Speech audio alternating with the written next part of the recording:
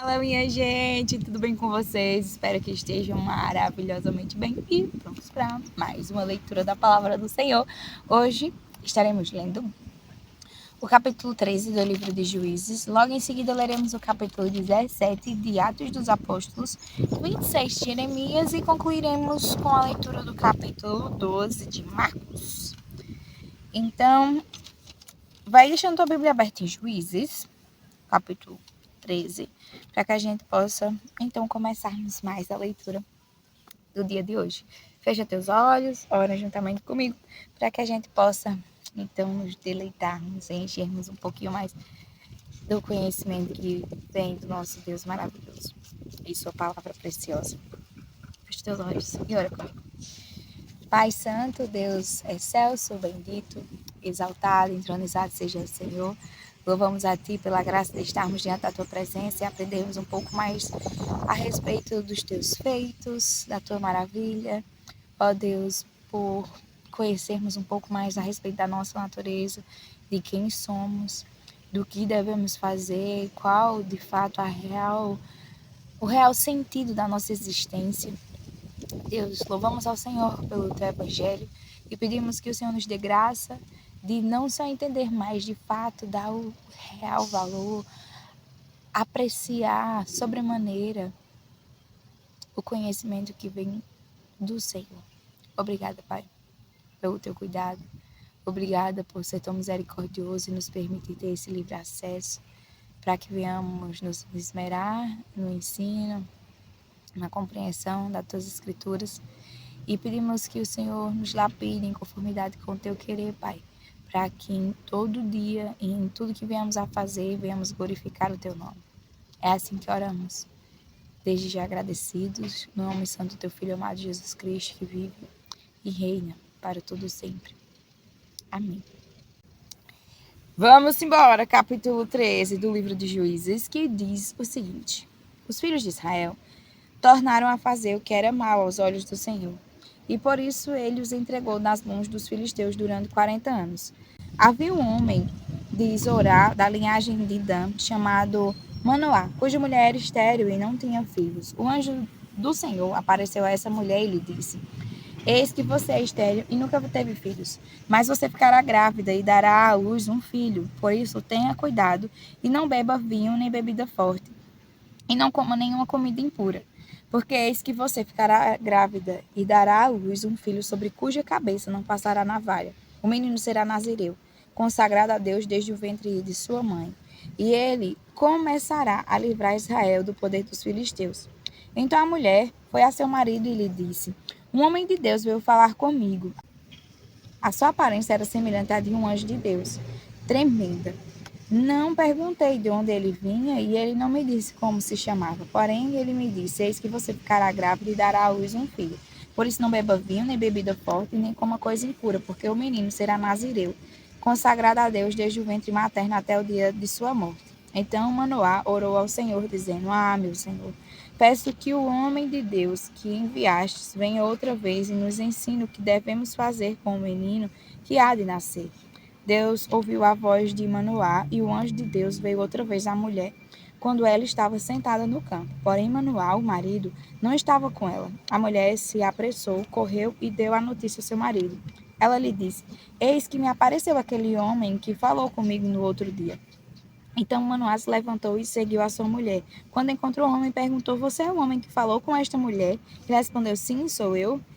Então Manoá disse: Quando se cumprirem as palavras que você falou, qual será o modo de viver do menino e o seu serviço? O anjo do Senhor disse a Manoá: A sua mulher deve se guardar de tudo o que eu disse a ela. Não deve comer nada que proceda da videira, não deve beber vinho, nem bebida forte, nem comer nada que seja impuro. Ela deve observar tudo o que lhe ordenei. Então Manoá disse ao anjo do Senhor: Permita-nos convidá-la a ficar conosco. Queremos preparar um cabrito para você. Porém, o anjo do Senhor disse a Manoá: Ainda que você me convide, não comerei a sua comida. Mas se você preparar um holocausto, ofereça-o ao Senhor. Acontece que Manoá não sabia que aquele era o anjo do Senhor.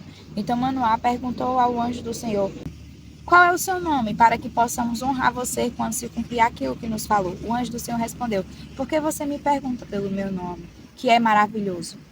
Então Manoá pegou um cabrito e uma oferta de cereais e os ofereceu sobre uma rocha ao Senhor Deus. E o anjo do Senhor fez algo maravilhoso, enquanto Manoá e a sua mulher estavam observando. Aconteceu que, enquanto a chama que saiu do altar subiu para o céu, o anjo do Senhor subiu nela. Ao verem isso, Manoá e a sua mulher se prostraram com o rosto em terra. Nunca mais o anjo do Senhor apareceu a Manoá nem a sua mulher. Então Manoá ficou sabendo que aquele era o anjo do Senhor. Manoá disse à sua mulher: Certamente vamos morrer, porque vimos Deus. Mas a mulher respondeu: Se o anjo de Deus quisesse nos matar, não teria aceito de nossas mãos o holocausto e a oferta de cereais, nem nos teria mostrado tudo isso, nem nos teria revelado essas coisas. Depois a mulher deu à luz um filho e lhe deu o nome de Sansão. O menino cresceu e o Senhor abençoou. E o Espírito do Senhor começou a agir nele em Manedã, entre Zorá e Estaol. Capítulo 17 do livro de Atos dos Apóstolos.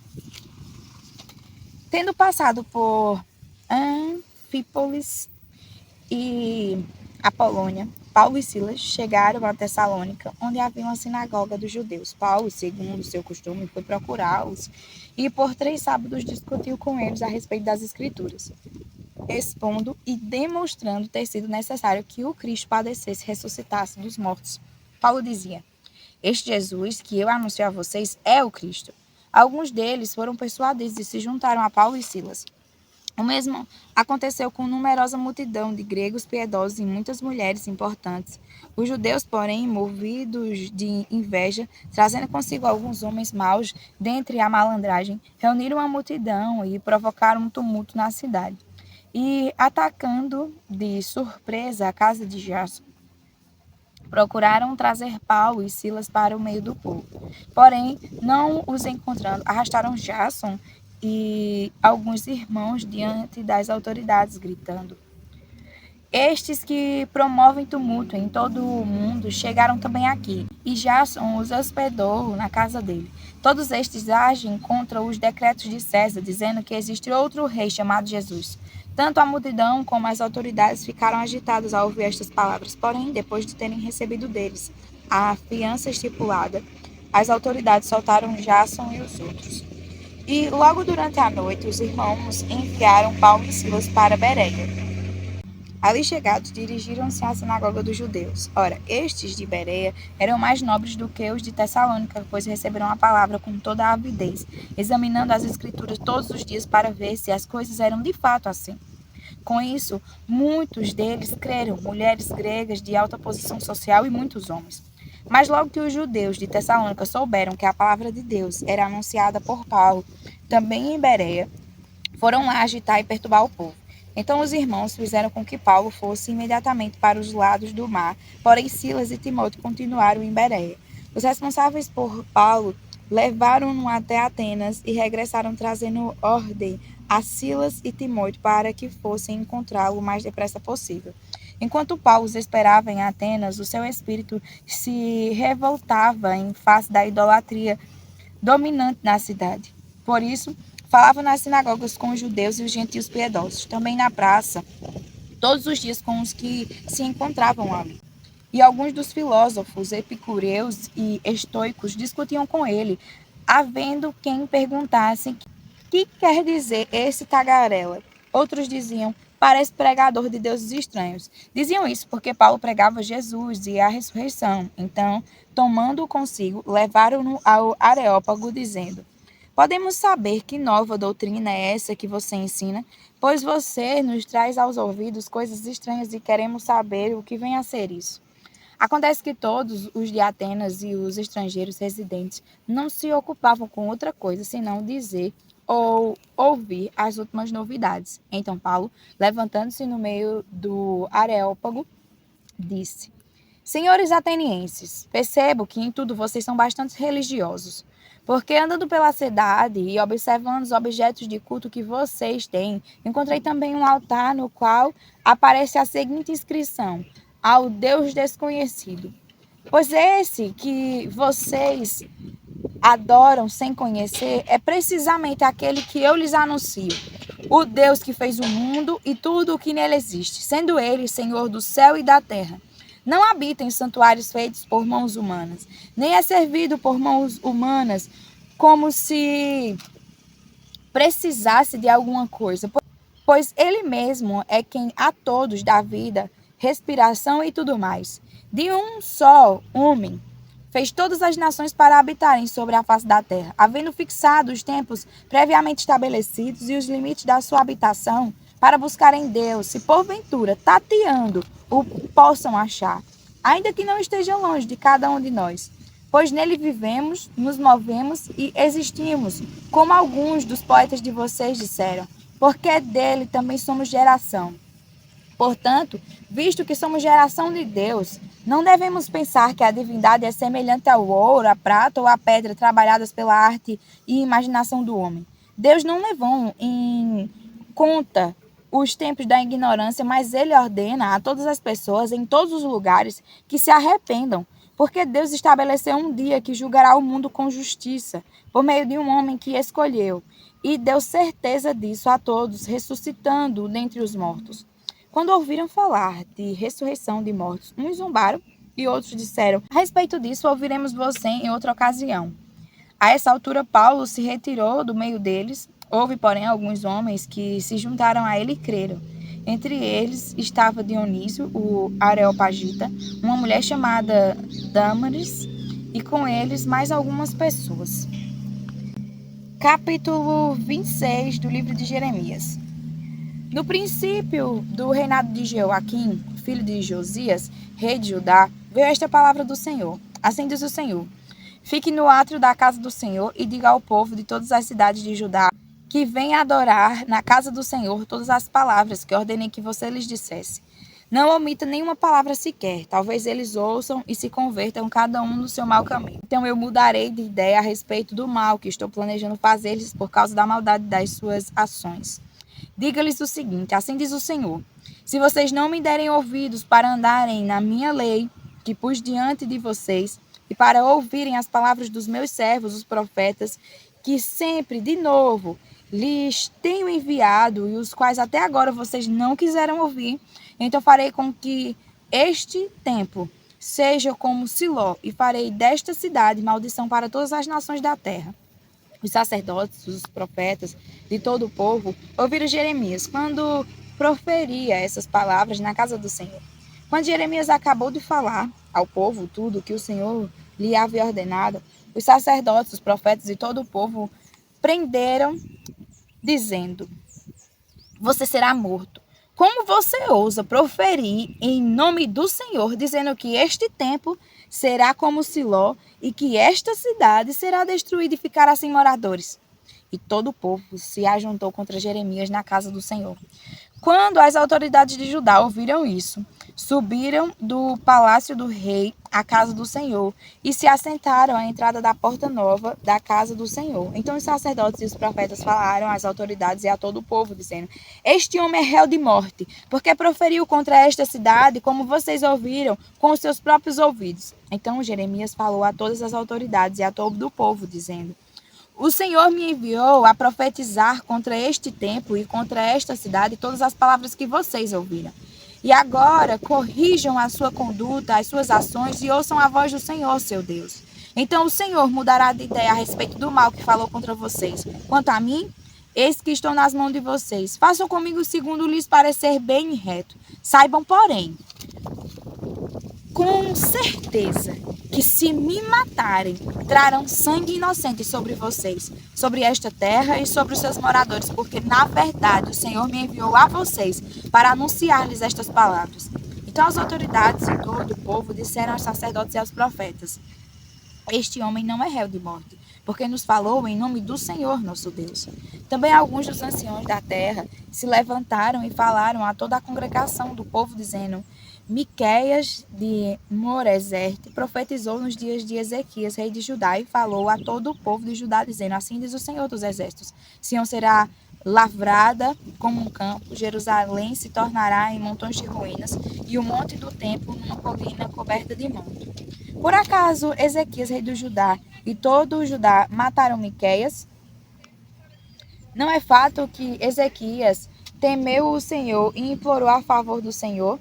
E o Senhor não mudou de ideia a respeito do mal que tinha falado contra eles? E nós vamos trazer tão grande mal sobre nós mesmos? Também houve outro homem, Uzias, filho de Semaías, de Quiriate-Jearim, que profetizava em nome do Senhor e profetizou contra esta cidade e contra esta terra, assim como Jeremias está fazendo. Quando o rei Jeoaquim e todos os seus valentes e todas as autoridades ouviram as palavras de Urias, o rei quis matá-lo. Mas Urias, ouvindo isto, ficou com medo e fugiu para o Egito. Porém, o rei Jeoaquim enviou Eunatã, filho de Aquibor, ao Egito, e com ele outros homens. Eles trouxeram Urias do Egito e o entregaram ao rei Jeoaquim, que mandou matá-lo à espada e lançar o cadáver nas sepulturas do povo simples. Porém, a infância de Aicão, filho de Safã, protegeu Jeremias para que ele não fosse entregue nas mãos do povo para ser morto. Capítulo 12 do livro de Marcos, Evangelho de Jesus Cristo, segundo escreveu Marcos. Depois Jesus começou a falar-lhes por parábola. Um homem plantou uma vinha, pôs uma cerca em volta dela, construiu um lagar, edificou uma torre e arrendou a vinha a uns lavradores. Depois ausentou-se do país. No tempo da colheita, mandou um servo para que recebesse dos lavradores a sua parte dos frutos da vinha. Mas os lavradores os agarraram, espancaram e o despacharam de mãos vazias. De novo enviou-lhes outro servo, e eles bateram na cabeça dele e o insultaram. Mandou ainda outro servo, e a este mataram. Muitos outros lhes enviou, dos quais espancaram uns e mataram outros. Restava-lhes ainda um, o seu filho amado. Por fim, mandou o filho pensando, meu filho eles respeitarão. Mas os tais lavradores disseram entre si, este é o herdeiro. Venham, vamos matá-lo, e a herança será nossa. E agarrando o filho, mataram-no e o lançaram fora da vinha.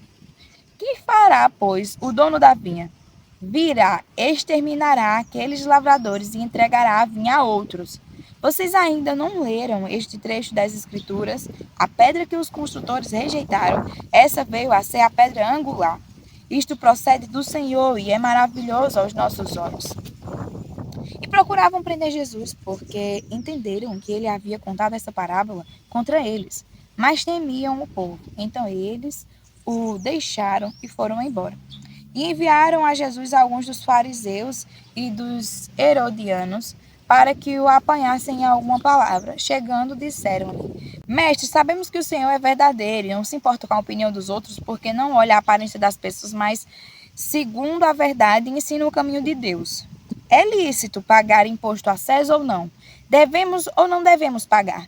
Mas Jesus, percebendo a hipocrisia deles, respondeu, porque vocês estão me pondo à prova? Tragam-me um denário para que eu o veja. Eles trouxeram, e Jesus lhe perguntou, de quem é esta figura e esta inscrição? Eles responderam, de César. Então Jesus disse, deem a César o que é de César, e a Deus o que é de Deus. E muitos se admiraram dele. Então alguns saduceus, que dizem não haver ressurreição, aproximaram-se de Jesus e lhe perguntaram, Mestre, Moisés nos deixou escrito que se um homem morrer e deixar mulher sem filhos, o irmão desse homem deve casar com a viúva e gerar descendentes para o falecido.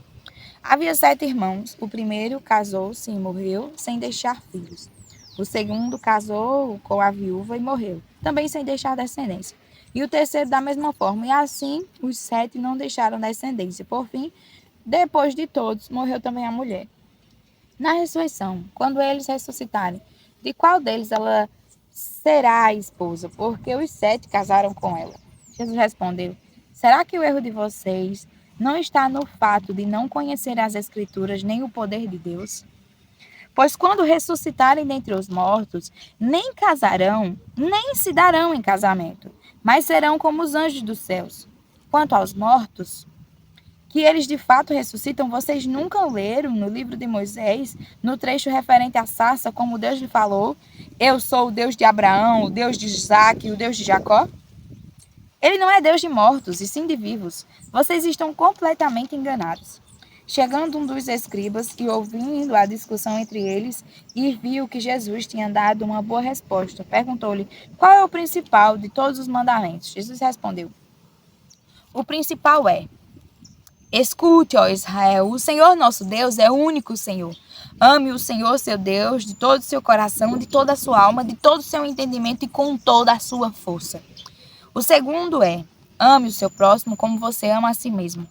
Não há outro mandamento maior do que estes. Então o escriba disse: muito bem, mestre.